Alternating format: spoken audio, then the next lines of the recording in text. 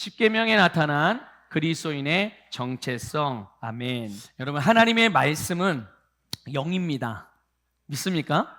예수님께서 말씀하셨죠. 내가 이르는 말이 영이다. 그리고 그 영이신 말씀이 바로 우리를 살리는 능력인 줄 믿습니다. 그래서 말씀을 생명이라고도 말하는 것입니다. 여러분, 정말 말씀이 생명인 것을 믿습니까? 그러면 생명이신 말씀을 우리가 듣고 배우고 또 묵상할 때 또 그 말씀을 믿을 때 우리에게는 생명의 역사가 일어나는 줄 믿습니다. 자, 모든 죄인은 말씀이 육신이 되어 오신 예수 그리스도를 믿음으로 구원을 받습니다. 오늘 저와 여러분이 이렇게 우리가 말씀을 믿음으로 구원을 받았죠. 말씀이 육신이 되어 오신 예수 그리스도를 믿음으로 구원을 받은 줄 믿습니다. 그래서 말씀은 우리의 생명이고 우리의 영과 혼과 몸을 치유하는 양약입니다. 이것이 성경에 나와 있어요. 하나님 말씀이 우리를 치유하는 약이죠. 그래서 말씀은 우리가 걷는 길에 빛이고 또 우리가 우리의 발 앞에 등불이라고 말씀하고 있습니다. 또 말씀은 우리를 죄로부터 또 질병으로부터 세상으로부터 사탄으로부터 모든 인생의 문제들로부터 우리를 자유케 하는 능력입니다. 뿐만 아니라 하나님의 말씀은 물리적이고 3차원적인 모든 한계로부터 우리를 자유케 하는 능력입니다. 여러분, 이것을 믿으십니까?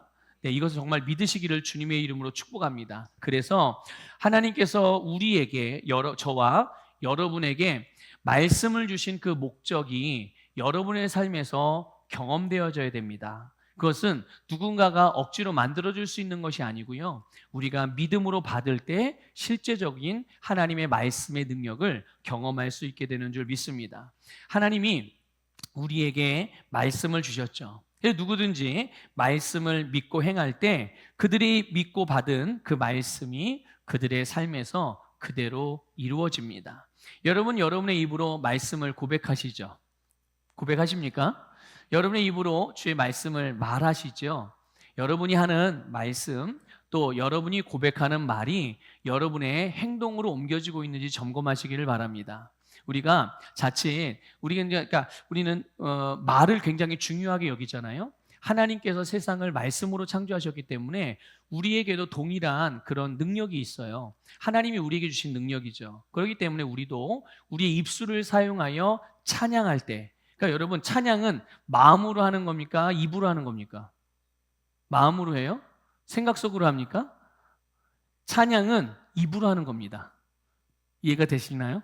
네, 마음이 없이 입으로만 한다는 얘기가 아니라 마음에 있는 것을 입으로 뱉어내서 소리로 하나님을 찬양하는 겁니다. 그러니까 나는 찬양합니다 하고 아무 소리 안 내면 그건 찬양이 아니에요. 아시겠죠? 네, 그러니까 찬양은 입으로 하는 거예요. 목소리로 하는 겁니다.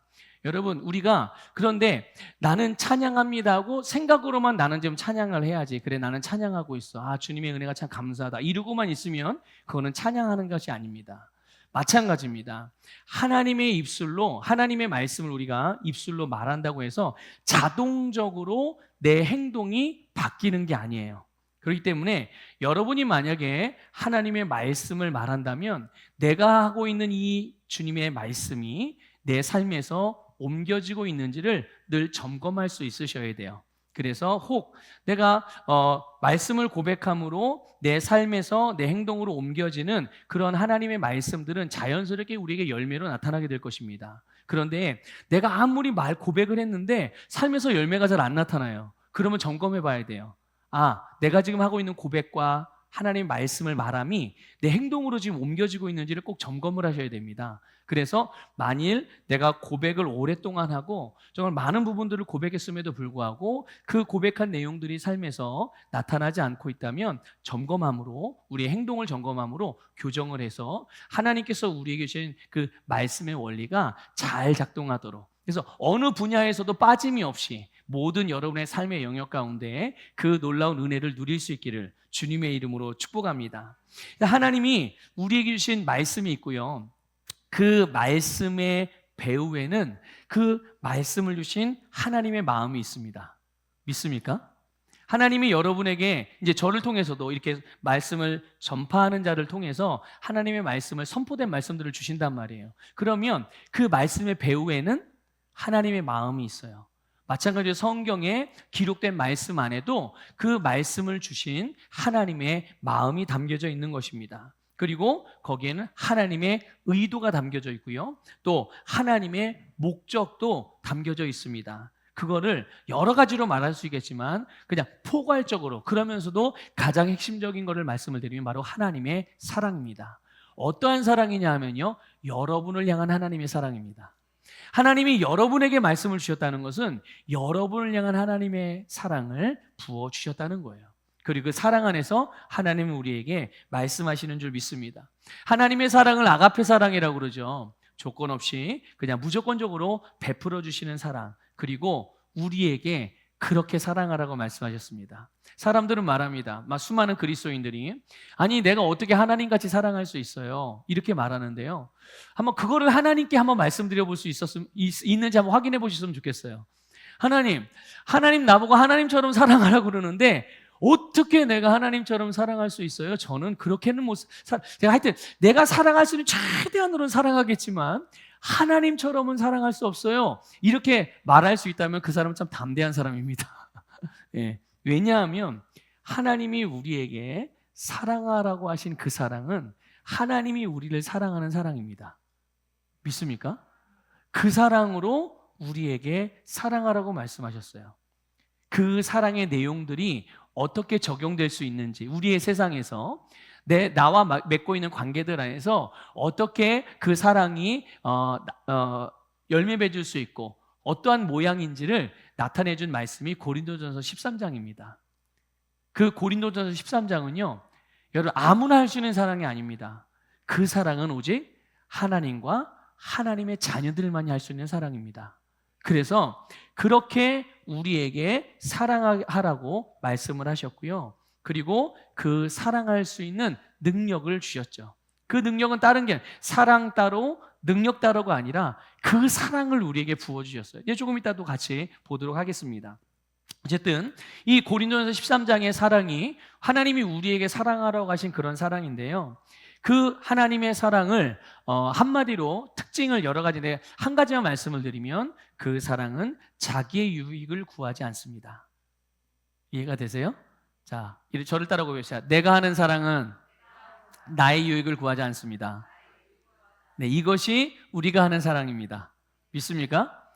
주님께서 우리에게 주신 사랑은 자기의 유익을 구하지 않아요. 그래서 하나님이 이것을 가장 먼저 본을 보여주셨어요. 하나님이 우리를 사랑하심으로, 그러니까 하나님 자신을 위해서가 아니라 우리를 위해서, 우리의 유익을 위해서 우리에게 가장 필요한 것, 가장 중요한 것을 주신 겁니다. 그것이 바로 하나님의 말씀입니다.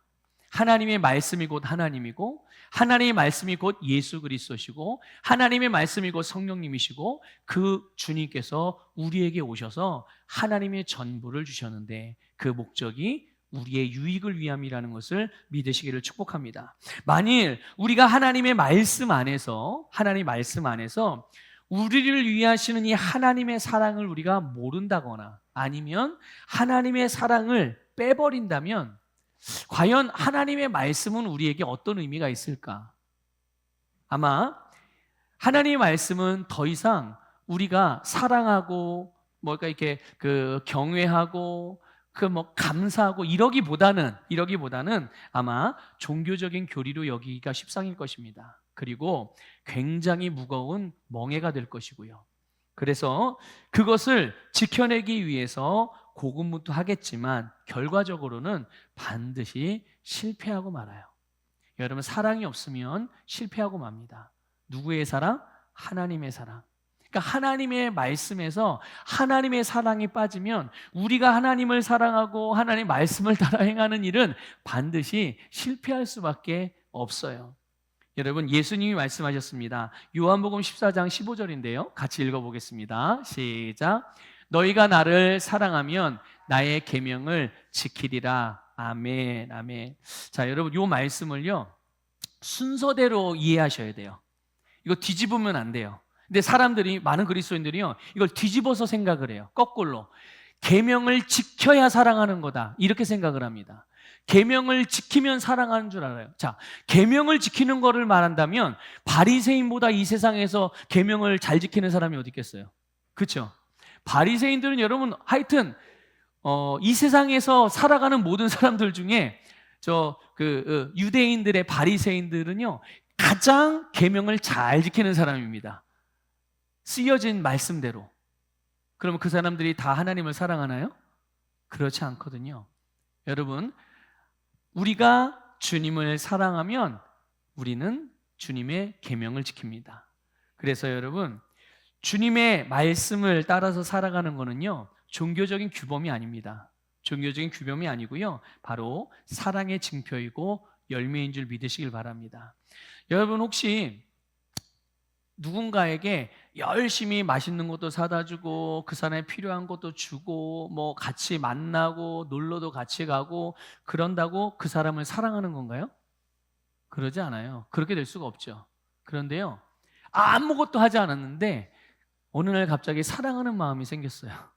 사랑하게 됐어요. 그럼 어떡하죠? 어떻게 돼요, 그러면? 말하지 않아도 그 사람이 원하는 것이 무엇인지를 잘 살펴서 그 사람이 말하지 않아도 필요를 채우고 같이 있고 싶어하고 같이 놀고 싶어하고 뭐든지 함께 하고 싶어하는 것이 마땅하게 됩니다. 그것을 부담으로 여기거나 그것을 무거운 것으로 여기지 않아요. 여러분, 이제 결혼하신 분들 손 들어보세요. 결혼하신 분들, 네, 손 내리시고. 자, 자녀가 있으신 분들 손 들어보세요. 네, 자녀가 있으시죠. 자, 부모님이 이제 생존해 계신 분들 손 들어보세요. 부모님이 생존해 계신 분들, 네, 손 내리시고. 자, 어쨌든 지금 다 누구나 지금 드린 질문 몇 가지에 아마 한 번 정도는 다 손을 드셨을 거예요. 자, 그러면 여러분이 지금 손든 이제 어떤 제가 묻는 그 대상들에 대하여 사랑하는 것이 너무 힘들다. 그 사람에게 밥 해주는 게 너무 힘들어. 그 사람에게 간식 해주는 게 너무 힘들어. 도저히 못하겠어.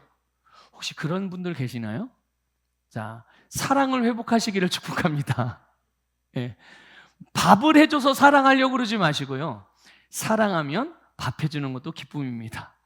예. 여러분, 사랑하면 그와 함께하는 시간이 행복합니다. 늘 즐겁다고는 말할 수 없어요. 늘 즐겁기만 하진 않죠. 같이 있다고 해서. 때로는 갈등이 있을 수 있고 의견이 충돌이 일어날 수 있어요. 하지만 그런 가운데서 연합하고 화합하고 상대방의 유익을 먼저 구하는 태도로 그렇게 존중해 가기 시작하면요, 그 문제는 자연스럽게 해결되고 그 관계는 더 탄탄해지고 그 사랑의 깊이는 더해지는 것을 여러분 깨달으시길 바랍니다. 그래서 여러분, 이렇게 사실 주님을 사랑하는 자들이 주님의 계명을 지키는 것은 너무나도 자연스러운 열매인 줄 깨달으시기를 주님의 이름으로 축복합니다. 그러니까 보세요. 말씀을 따라 사는 열매가 없다. 내 삶에서 어떤 부분에서 그 열매가 잘 나타나지 않는다. 그러면 여러분, 죄송하지만 그 관계 안에서는 여러분이 사랑으로 기능하고 있는 것은 아닙니다. 여러분, 착각하시면 안 돼요. 보통 사람들은 그러면 내가 사랑이 없어서 그러는구나 이렇게 생각하는데 사랑이 없는 게 아닙니다. 그리스도인들에게 사랑이 없을 수 없어요. 왜 그런 줄 아십니까? 이따가도 보겠지만 하나님이 사랑을 그의 심령 안에 부어주셨기 때문입니다. 하나님의 사랑을 부어주셨기 때문에 그가 구원을 받을 수가 있었던 거예요. 그리고 그 사랑은 떠나지 않습니다. 만약에 그 사랑이 우리 안에 부어졌다가 이제 네가 구원받았으니까 내가 내 사랑을 걷어다가 구원받지 못한 사람에게 또 부어줘야 되겠다, 이런다면 문제가 생기죠. 그 사랑이 우리에게 빠져나가면 우리는 어떻게 됩니까? 다시 옛날로 돌아가야 되는 거예요. 그런데 그 사랑은 우리에게서 떠나지 않아요. 믿습니까? 그러니까 사랑이 없는 게 문제가 아니라 우리 안에 하나님이 부어진 사랑으로 기능하지 못하고 있는 게 문제인 거예요. 그러면 우리는 돌이켜서 다시금 사랑으로 기능하는 자로 그렇게 세워져야 될 줄 믿습니다. 그래서 우리는 하나님을 위하거나 다른 사람의 유익을 구하는 그런 삶을 통해서 우리의 사랑의 열매를 풍성하게 맺기를 주님의 이름으로 축복합니다. 사도 요한은요, 요한일서 5장 3절에서 이렇게 기록했거든요. 같이 읽겠습니다. 시작. 하나님을 사랑하는 것은 이것이니 우리가 그의 계명들을 지키는 것이라. 그의 계명들은 무거운 것이 아니로다. 아멘. 자, 여기서 여러분, 사랑을 빼면 그의 계명은 무거운 걸까요? 안 무거운 걸까요? 사랑을 빼면 그거는 우리가 감당할 수 없을 만큼 무겁습니다. 그래서 감당할 수가 없는 거예요. 그래서 그것을, 그 주님의 율법을 지킬 수 있다 없다? 지킬 수 없다. 불가능한 거예요. 그래서 예수님이 오셔서 율법을 완성하신 줄 믿으시기를 주님의 이름으로 축복합니다.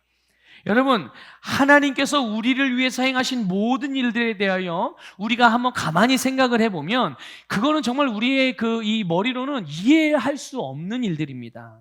또 상상할 수조차도 없는 일이에요. 여러분 생각해 보세요. 어떻게 아무것도 없는 것에서 모든 것들을 만들어냅니까? 그렇죠? 아니, 말한다고 나무가 생겨요? 말한다고 태양이 생겨요? 이거는 우리의 상식, 우리의 지식, 우리의 과학으로는, 우리의 논리와 이성으로는 전혀 이해할 수 없는 일들이죠. 그런데 하나님이 어떻게 하셨어요? 정말 그렇게 하셨단 말이죠. 또 여러분 생각해 보세요. 늘 하나님께 불평하고 원망하고 손가락질하고 하나님을 대적하는 자들을, 그들을 위하여 사랑의 아들이신 예수님을 보내주셨어요. 그게 여러분 우리가 그냥 인간적으로만 생각해보면 가능한 일입니까? 그 누구도 할 수 없는 일이죠. 그런데 여러분, 하나님께서 그 모든 일들을 행하시면서 그거를 무거운 짐이나 부담감이나 의무감으로 행하신 적이 단 한 번도 없으셨다는 것을 기억하시길 바랍니다. 오히려 하나님은 그 일을 기뻐하셨어요. 여러분, 세상을 창조하시길 기뻐하셨고 그 모든 것들을 하나님의 형상과 모양대로 지음받는 우리에게 맡겨주시는 일도 기뻐하셨고 우리와 함께 세상을 다스리시는 것을 기뻐하셨고 또 우리가 하나님의 마음을 아프게 하는 일이 있다든지 하나님의 말씀을 거역하면 우리를 늘 우리와 함께 하면서 우리에게 말씀해 주시고 교훈해 주시고 알려주시고 인도해 주시고 가르쳐 주시고 이 일을 귀찮을 법도 하고 포기할 법도 한데 끝까지 하시는 일을 기쁨으로 하신다는 사실을 믿으시기를 축복합니다. 그러니까 하나님은 우리에 대하여 이 일들에 대한 지침이 없으시고 괴로움도 없으시고 부담으로 여기지 않으시고 항상 우리를 위해 역사하심을 기쁘게 여기셨음을 믿으시기를 축복합니다. 얼마만큼?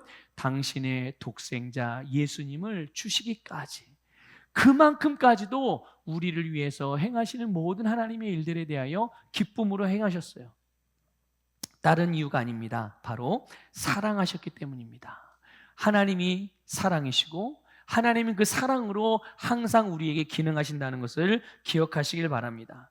그러면 여러분 이렇게 본다면 하나님의 말씀은 당연히 사랑의 말씀이고 결코 무거운 것이 아닌 줄 믿습니다. 우리 로마서 5장 5절을 볼게요. 같이 읽겠습니다. 시작. 소망이 우리를 부끄럽게 하지 아니함은 우리에게 주신 성령으로 말미암아 하나님의 사랑이 우리 마음에 부은 바 됨이니. 아멘. 여러분, 하나님은 완전하신 분이잖아요. 믿습니까? 하나님의 행하시는 일도 완전하라는 것을 깨달으시길 바랍니다. 그래서 우리에게 하나님의 모든 사랑을 부어주셔서 우리로 그렇게 하나님과 같이 사랑으로 살아갈 수 있게 해주신 것입니다. 성령님을 통해서 우리 안에 사랑을 부어주신 것이죠. 자, 저를 따라 고백하겠습니다. 나는 사랑의 사람입니다. 다시 한번, 나는 사랑의 사람입니다. 그렇습니다, 여러분. 그리스도인은 사랑의 사람입니다. 그래서 여러분 혹시라도 여러분들 주변에서 그리스도인인데 사랑으로 기능하지 못하는 사람을 보면서 그런 사람과의 관계 안에서 받았던 상처들이나 아픔들이나 갈등들로 인해서 겪었던 부정적인 경험을 근거로 해서 그리스도인이라고 다 사랑하는 것은 아니다라는, 그리스도인이라고 해서 다 사랑의 사람은 아니다라는 이런 잘못된 편견을 여러분 지워버리시기를 주님의 이름으로 축복합니다. 여러분, 그리스도인은 사랑의 사람입니다.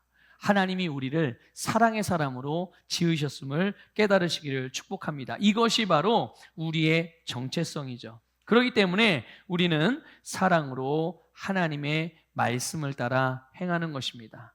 하나님을 위하고 다른 사람의 유익을 구하는 삶이 바로 우리의 사랑의 삶인 줄 믿습니다. 우리 한 번 더 고백합시다. 나는 다른 사람의 유익을 구합니다. 자, 이제 옆에 있는 분들, 앞뒤에 계신 분들에게 말씀해 주세요. 나는 당신의 유익을 구합니다. 네, 여러분 믿습니까? 우리는 서로의 유익을 구하고 살아가는 자들입니다. 그럼 누가 나를 위해 주시죠? 누가 나를 위해 줘요? 네, 첫 번째는 하나님이 나를 위하십니다. 믿습니까? 왜냐하면 하나님 말씀을 따라 행하는 거니까요. 두 번째는 누가 나를 위하는 줄 아십니까? 수많은 사람들이 나를 위합니다. 보세요, 여러분, 지금 우리 많지는 않은 인원이지만 그럼에도 불구하고 나를 위한, 나 빼고 나머지가 다 누구를 위해요? 나를 위하잖아요. 믿습니까? 그래서 여러분, 그리스도인은 누구나 다 사랑의 사람이고 누구나 다 다른 사람의 유익을 위해 지음받은 자들이고, 우리가 그렇게 기능하면 야, 좀 나 좀 사랑해라, 나 좀 위해줘라 이렇게 말할 필요도 없어요. 자연스럽게 그런 삶이 이루어지게 되는 줄 깨달으시기를 축복합니다. 그래서 여러분, 우리의 중심으로부터 하나님께서 우리에게 주신 사랑을 인식하고 우리가 어떠한 자인지를, 정체성을 분명하게 깨달으시기를 주님의 이름으로 축복합니다. 여러분, 십계명은 전체가 이 하나님의 백성들이 하나님이 주신 땅에서 어떻게 살아가야 되는지에 대한 삶의 모습을 보여주는 말씀입니다. 이 땅에서 하나님과의 관계에 대한 내용이죠. 예수님이 말씀하신 하나님을 사랑하는 것, 그리고 하나님의 백성들이 서로의 관계에 대한 부분들이 십계명에 나타나요. 이것이 예수님이 말씀하신 내 이웃을 내 몸과 같이 사랑하는 말씀입니다. 로마서 13장 10절 후반부에 보면 이런 말씀이 있어요. 같이 읽어보겠습니다. 시작. 그러므로 사랑은 율법의 완성이니라. 아멘. 뭐가 율법의 완성이라고요? 네, 사랑이 율법의 완성입니다. 사랑의 아들이신 예수 그리스도가 율법의 완성이고, 우리는 그분을 믿음으로 말미암아 우리는 주님의 율법을 지킬 수 있는 사람이 된 줄 믿으시기를 축복합니다. 예수님은 이 계명을 사랑의 계명이라고 말씀하셨습니다. 이 사랑의 계명을 통해서 하나님의 백성들은 이 세상에서 하나님과 함께 살면서 하나님의 영광을 나타냅니다. 또 이 세상에서 하나님과 함께 살면서 하나님께서 하나님의 백성들을 통해 모든 민족에게 복을 주시는 이 약속을 이루어가는 자들이 오늘 저와 여러분들인 줄 믿으시기를 축복합니다. 오늘 우리가 읽은 본문이 5번째 계명이에요. 5번째 계명, 내 부모를 공경하라예요. 여러분, 내 부모를 공경하라 이렇게 말하면 단순하게 자녀들이 부모에게 뭐 잘하고 효도해라 이런 그냥 권면 정도로 이해할 수 있겠는데, 물론 당연히 그런 부분들도 있죠. 하지만 더 중요한 그런 의미가 있는 것입니다. 우리는 이 5번째 계명, 우리가 이전까지 봤던 1계명부터 4계명까지도 우리의 중심을, 하나님을 향한 우리의 중심을 다루는 내용이라고 기본적으로 우리가 배웠습니다. 그런데 이 5번째 계명도 마찬가지입니다. 우리의 중심을 다루는데 어떤 중심이냐? 자녀들이 부모를 향한 중심. 자녀들이 부모를 향해 어떤 마음을 갖고 있고 어떻게 대해야 되는가에 대한 태도에 대한 말씀인 것입니다. 또 단순히 육신의 부모만을 위함이 아니에요. 우리의 영적인 리더들, 세워진 지도자들, 주님께서 나에게 붙여주신 나의 영적인 성장과 삶의 성장과 지경의 확장을 위하여, 나를 통한 하나님의 뜻이 이루어지게 하기 위하여 붙여주신 나의 권위들을 말, 그들에 대한 우리의 중심에 대한 내용들이 이 계명에 다 들어있는 것입니다. 여러분, 여기 보면 공경하라는 말이 히브리어로는 카베드라는 단어거든요. 그런데 여기는 어떤 의미가 있냐면요, 이 의미를 잘 여러분 이렇게 마음에 새겨보시길 바랍니다. 존중과 경의를 품고 대하다, 이런 뜻이에요. 또 그 사람을 아주 중요한 사람으로 여기다. 또 하나가 있는데요, 영화롭게 하고 존귀하게 한다, 이런 뜻이에요.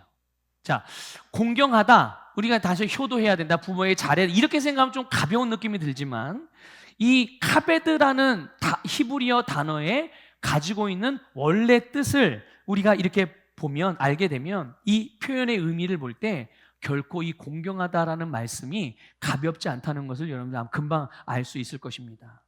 놀랍게도 성경에는요, 이와 같은 개념, 이 카베드라는 개념의 표현이요, 대부분은 어디에 사용되어져 있냐면 하나님의 백성들이 하나님을 대할 때 이 단어가 사용되어져 있습니다. 그러니까 하나님의 백성들이 하나님을 향한 마음이 어때야 되나, 하나님을 향한 태도가 어때야 되나, 하나님을 어떤 자세로 하나님께 나아가야 되나, 이럴 때 이 카베드라는 단어가 사용이 되어졌어요. 그리고 이 단어가 만일 인간관계에서 사용될 때는 딱 한 경우에만 사용됩니다. 그게 어떤 관계냐? 부모와 자녀와의 관계. 그러니까 자녀가 부모를 대하는 그 관계 안에서만 이 단어가 사용이 되어지지, 다른 사람과의 관계 안에서는 이 단어가 사용되지 않아요. 그러니까 하나님에 대해서와 부모에 대한 부분에서만 이 단어가 사용이 되어지는 거예요. 그렇다고 여러분, 부모를 공경하는 게 마치 하나님께 예배를 드리고 뭐 하나님께 경배를 드리듯이 신을 떠받들듯이 신을 섬기듯이 섬기라는 말이 아닙니다. 그 말이 아니라 하나님의 백성들이 부모를 대한 마음, 부모를 대하는 태도, 그것이 바로 하나님을 대하듯 그런 존중하는 마음으로 대하라라는 그런 말씀이에요. 여러분, 모든 자녀들은 부모에 대하여 공경하시기를 주님의 이름으로 축복합니다.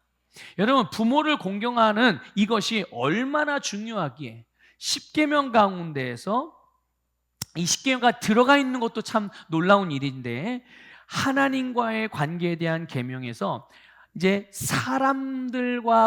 다른 사람들과의 관계의 계명으로 넘어가는 딱 중간에 있는 거예요. 이 5계명이. 그래서 이것이 위치하고 있는 이 계명이 이 5번째 계명으로 위치하고 있는 것도 굉장히 중요한 의미가 있는데, 이 위치적인 의미는 오늘 말씀드릴 내용이 아니기 때문에, 주제가 벗어나기 때문에 말씀드리진 않겠습니다. 어쨌든 그만큼 굉장히 중요한 의미가 있는 겁니다.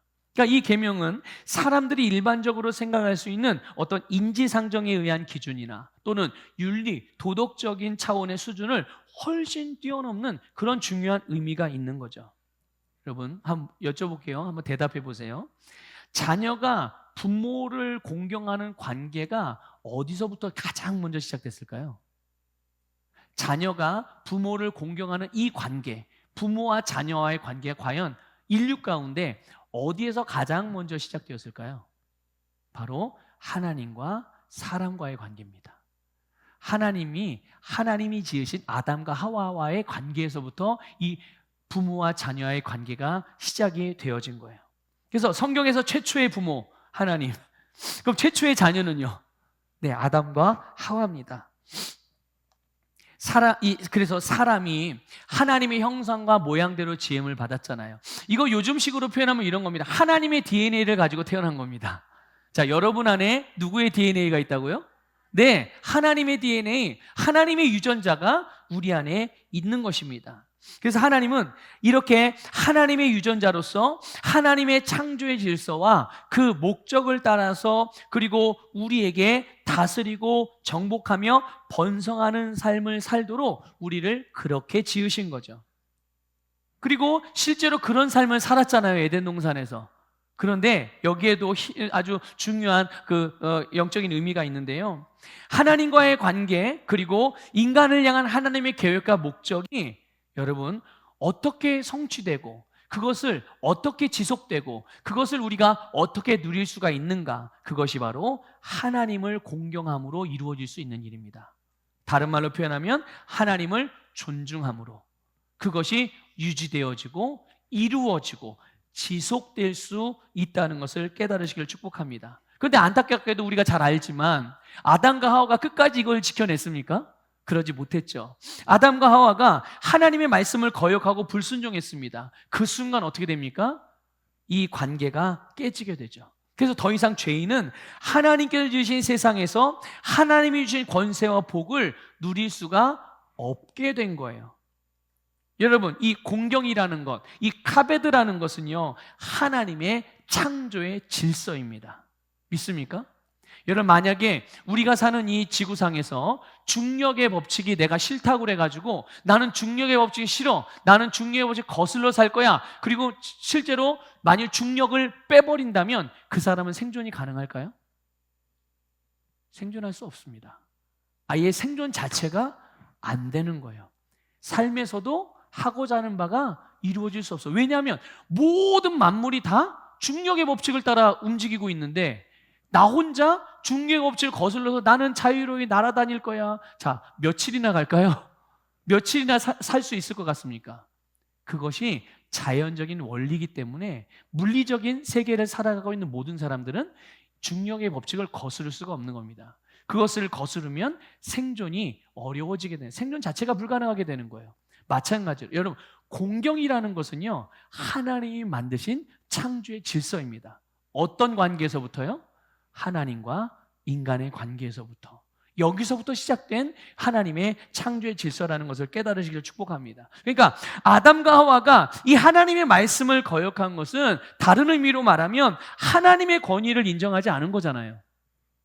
그리고 하나님이 만드신 질서를 깨뜨리게 된 거예요. 그러면 이제 하나님이 지으신 하나님의 백성들이 이 하나님이 주신 것들을 누리기 위해서 뭐가 필요하겠습니까? 다시 이것이 회복되어져야 되는 겁니다.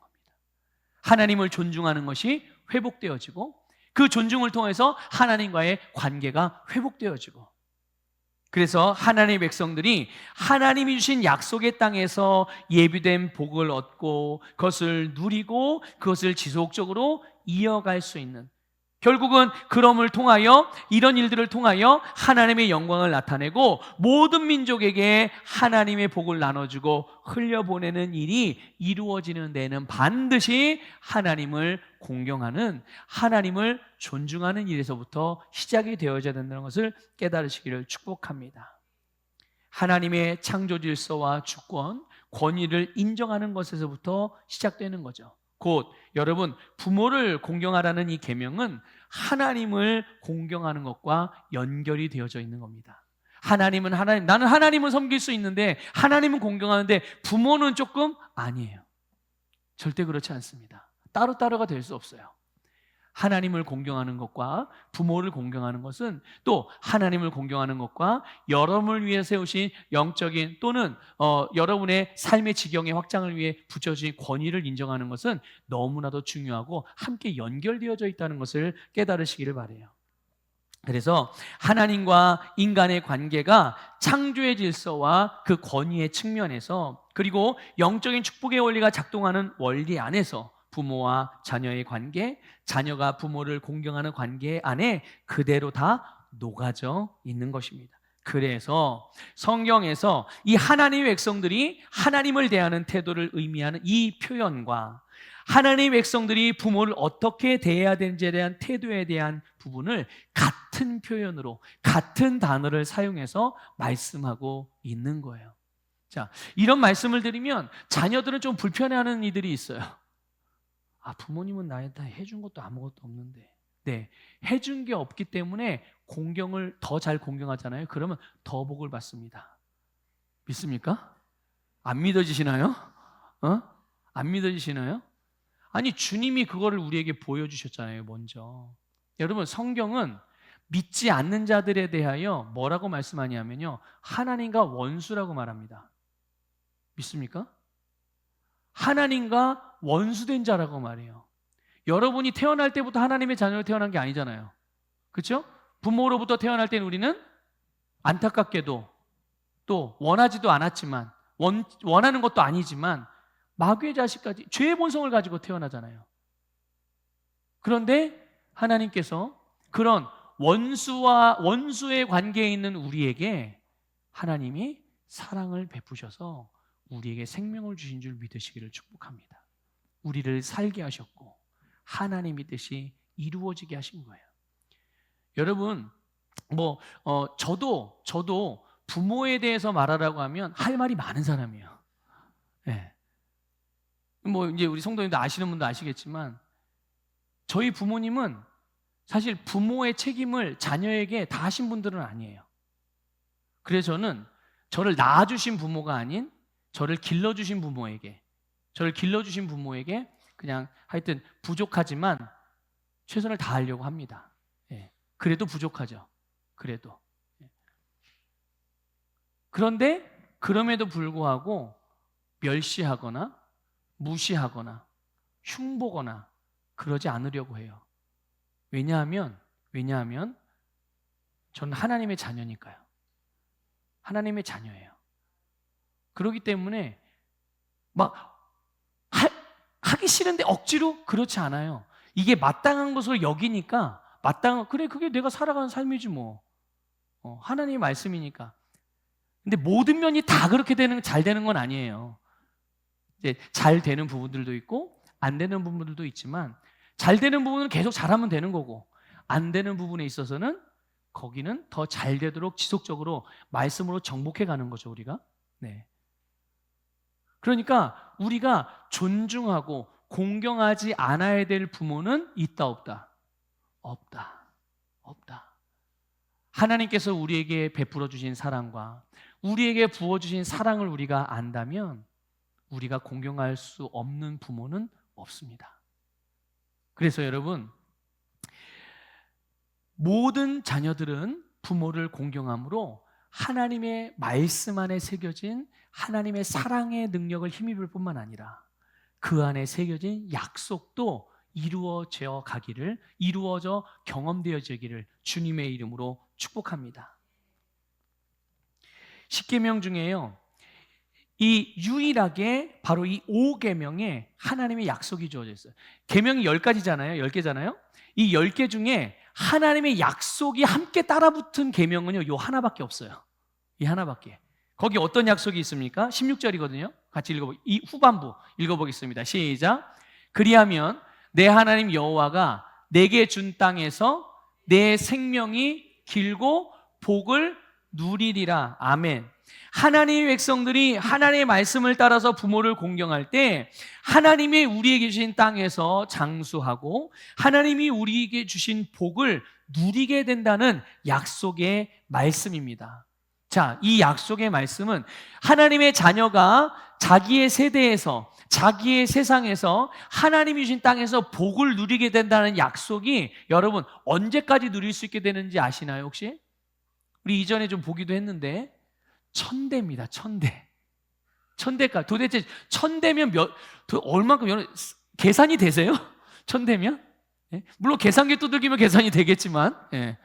이거는 숫자적으로 1000개의 세대 이걸 말하는 게 아니라 영원히 그 복을 누리게 된다는 것, 그 복이 계속 이어지게 된다는 약속이라는 것을 깨달으시기를 축복합니다. 그런데 보면 이 약속의 내용을 보면요, 사실 이전에 없던 그런 전혀 새로운 게 아니에요. 새로운 게 아니고요, 이미 사람은 하나님이 주신 땅에서 장수하고 하나님이 주신 복을 누리던 때가 있었어요. 언제요? 바로 에덴 동산입니다. 하나님이 주신 에덴 동산에서 아담과 하와에게 복을 주셨어요. 그리고 거기에서 하나님이 주신 모든 만물을 그들은 원함 없이 다 다스리며 살았습니다. 그러나 하나님을 공경하지 아니하고 그들이 불순종함으로 하나님을 거스르게 행하면서 그들에게 사망이 이르게 되고 죄가 들어오게 되고 영적으로 죽은 상태가 되어져서 하나님이 주신 땅에서 쫓겨나게 되죠. 그러니 결국은 하나님의 복도 권세도 능력도 누릴 수 없게 된 겁니다. 자, 그런데 이제 이 부모를 공경하라는 말씀을 통해서 하나님께서 사람에게 목적하고 계획하신 대로 그들이 사는 곳에서 그들이 생육하고 번성하고 다스리며 정복하는 삶이 회복되어지는 것을 말씀해 주고 있다는 것을 기억하시길 바라요. 그래서 이 내용을 성령님이 사도 바울에게도 동일하게 계시해 주셨어요. 그래서 사도 바울로 하여금 그리스도인들의 가정에서, 그 가정 안에서 자녀가 부모를 공경하는 태도를 갖는 게 마땅하다는 것을 기록하게 하셨는데, 그 내용이 에베소서 6장에 나옵니다. 1절부터 3절 읽어볼게요. 시작. 자녀들아, 주 안에서 너희 부모에게 순종하라. 이것이 옳으니라. 내 아버지와 어머니를 공경하라. 이것은 약속이 있는 첫 계명이니 이로써 내가 잘되고 땅에서 장수하리라. 아멘. 여러분, 부모를 공경하라는 말씀은 고리타분한 옛 교훈이 아니에요. 아시겠습니까? 여러분, 사도 바울이 이 말씀을 기록할 때 이미 십계명은 언제 주어졌나요? 수천 년 전에 주어졌어요. 그 사도 바울이 살던 당시에 하나님께서 또 성령을 되게 고리타분한 말씀을 또 모르는 거 아닌데 뭐 굳이 이 말씀을 주시나 이렇게 여겼겠어요? 아니에요. 주님의 말씀은 우리에게 매일매일 새롭게 주어지는 말씀임을 믿으시길 바랍니다. 그리고 그 말씀은 현재를 꿰뚫어 보게 하고 현재를 해석하게 하고 상황과 환경을 변화시키는 능력의 현재적인 말씀으로 주어진다는 것을 기억하시기를 축복합니다. 바로 여기에는 하나님의 약속이 있고 하나님의 창조의 질서와 우리를 향한, 그리고 모든 세대를 향한 아름다운 계획이 담겨 있어요. 현재의 세대가, 지금 여러분 우리를 말하는 거예요. 지금의 세대가 이 말씀을 따라서 부모를 공경하며 살아갑니다. 그러면 그것을 공경하면서 따라 살아갈 뿐만 아니라 이것을 이제 우리의 자녀 세대에게도 전수하죠. 가르치는 겁니다. 그러면 우리의 다음 세대는, 우리의 자녀 세대에는 말씀을 배워서 그대로 행하죠. 그럼 어떻게 됩니까? 하나님이 주신 땅에서 그들의 세상에서 장수하되 하나님이 주신 복을 누리며 장수하는 삶이 지속될 수 있어요. 언제까지요? 세대를 반복해가며 천대까지. 믿습니까? 연속성을 가지게 된다는 거예요. 자, 그러면 여러분 한번 반대가 된다고 생각을 해봅시다. 반대가 된다고.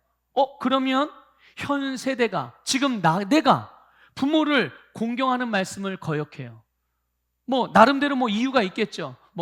지금 내가 살아가는 삶이 너무 분주하고 너무 어렵고 너무 힘들고 고단해서, 또는 부모가 나에게 잘해준 게 없어가지고 하여튼 여러 가지 핑계, 어떤 핑계든 간에 이 하나님께서 부모를 공경하라는 말씀을 만약 나의 세대에서 내가 하나님의 말씀을 따라 행하지 않아요.